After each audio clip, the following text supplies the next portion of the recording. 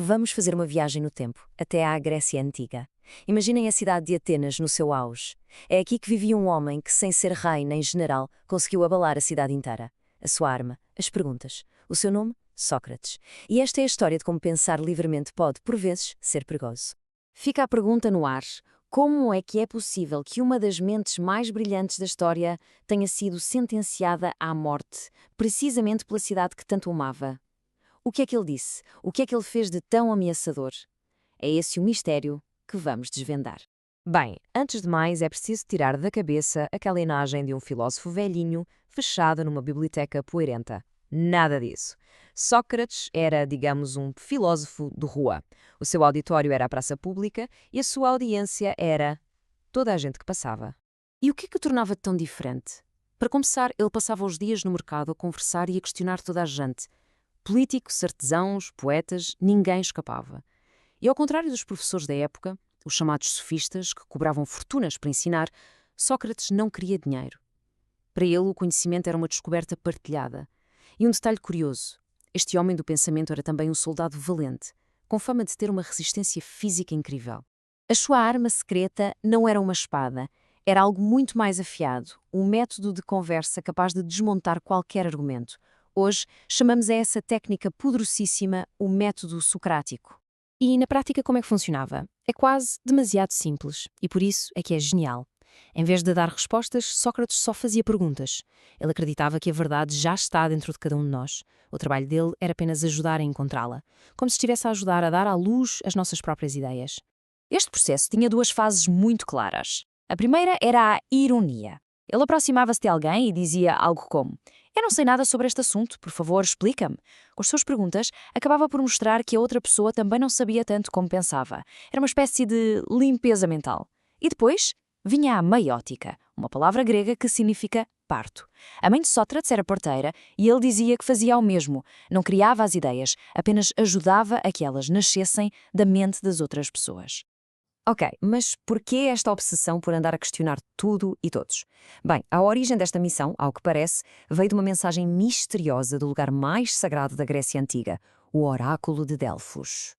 A história conta que um amigo de Sócrates foi a Delfos e perguntou diretamente ao oráculo: "Existe alguém mais sábio que Sócrates?" A resposta foi curta e direta: "Não." Quando Sócrates soube disto, ficou completamente perplexo. Ele, que passava a vida a admitir a sua própria ignorância, aquilo não podia estar certo. Então, em vez de se gabar, Sócrates decidiu pôr o oráculo à prova. Lançou-se numa missão: encontrar alguém em Atenas que fosse mais sábio do que ele. Falou com os políticos mais famosos, com os poetas mais aclamados, com os artesãos mais habilidosos. A conclusão foi sempre a mesma. Eles achavam que sabiam muito, mas bastavam algumas perguntas para as suas certezas se desmoronarem. E foi aí que ele percebeu o verdadeiro sentido da mensagem do oráculo. A sua sabedoria não estava em ter muitas respostas, estava sim em ter consciência da sua própria ignorância. Enquanto os outros não sabiam que não sabiam, Sócrates sabia que não sabia. E essa consciência dos próprios limites era para ele o primeiro passo para a verdadeira sabedoria. Como se pode imaginar, andar pela cidade a mostrar às pessoas mais poderosas que se calhar não eram tão inteligentes como pensavam, bem, isso ia dar problemas. E deu mesmo. A missão de Sócrates acabou por levar a um confronto direto com as autoridades de Atenas e a um dos julgamentos mais famosos da história. O ano é 399 a.C. Sócrates tem 70 anos e, depois de uma vida inteira a servir a cidade, é levado a tribunal. Teve de se defender perante um júri popular composto por 501 cidadãos atenienses. E quais eram as acusações, concretamente? Duas e ambas gravíssimas. Primeira, a de não acreditar nos deuses oficiais da cidade. E a segunda, talvez a mais perigosa, a de corromper a juventude, ou seja, de ensinar os jovens a questionar a autoridade, as tradições e os valores da sociedade.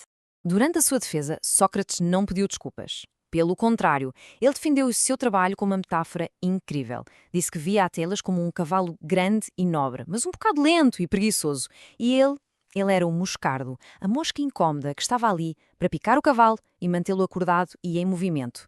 Para ele, o que fazia não era um crime, era um serviço público.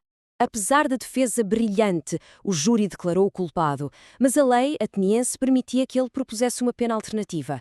E aqui, Sócrates foi Sócrates. Em vez de pedir o exílio, sugeriu, com a sua ironia habitual, que a sua punição deveria ser receber refeições gratuitas para o resto da vida, às custas do Estado, uma honra que era dada aos heróis olímpicos. O júri, claro, não gostou da provocação. Numa segunda votação, a sentença foi clara: pena de morte. Com a sentença de morte, podia parecer que os inimigos de Sócrates tinham vencido. Mas a grande ironia é que, ao matá-lo, eles acabaram por o transformar numa lenda, num mártir da liberdade de pensamento, cujo legado perdura até aos dias de hoje. Mesmo na prisão, à espera da morte, Sócrates ainda tinha uma última lição para dar. Os seus amigos, que eram ricos e influentes, organizaram um plano de fuga. Era fácil, estava tudo tratado. Mas Sócrates recusou. Porquê? Porque, argumentou ele, viveu a vida inteira a respeitar as leis de Atenas. Fugir agora seria trair os seus próprios princípios. Para ele, era mais importante morrer de forma justa do que viver de forma injusta. Então, o que é que fica de Sócrates? Um legado gigante. Ele é considerado o pai da filosofia ocidental, porque mudou o foco das estrelas e do universo para o ser humano. As suas perguntas eram sobre o que é a justiça, a coragem, o bem. E como ele nunca escreveu nada, conhecemos as suas ideias graças ao seu aluno mais famoso, Platão. Acima de tudo, Sócrates tornou-se um símbolo eterno da integridade intelectual, a coragem de seguir o pensamento até ao fim, custe o que custar. E no fim, a história de Sócrates deixa-nos a todos com uma questão que, passados mais de 2000 anos, continua a ser tão relevante. Uma sociedade deve proteger ou, pelo contrário, ter medo daqueles que questionam tudo? Onde é que está a linha que separa o pensamento crítico, que nos faz evoluir, das perguntas que podem abalar a ordem estabelecida? A resposta? Essa, talvez, continue por encontrar.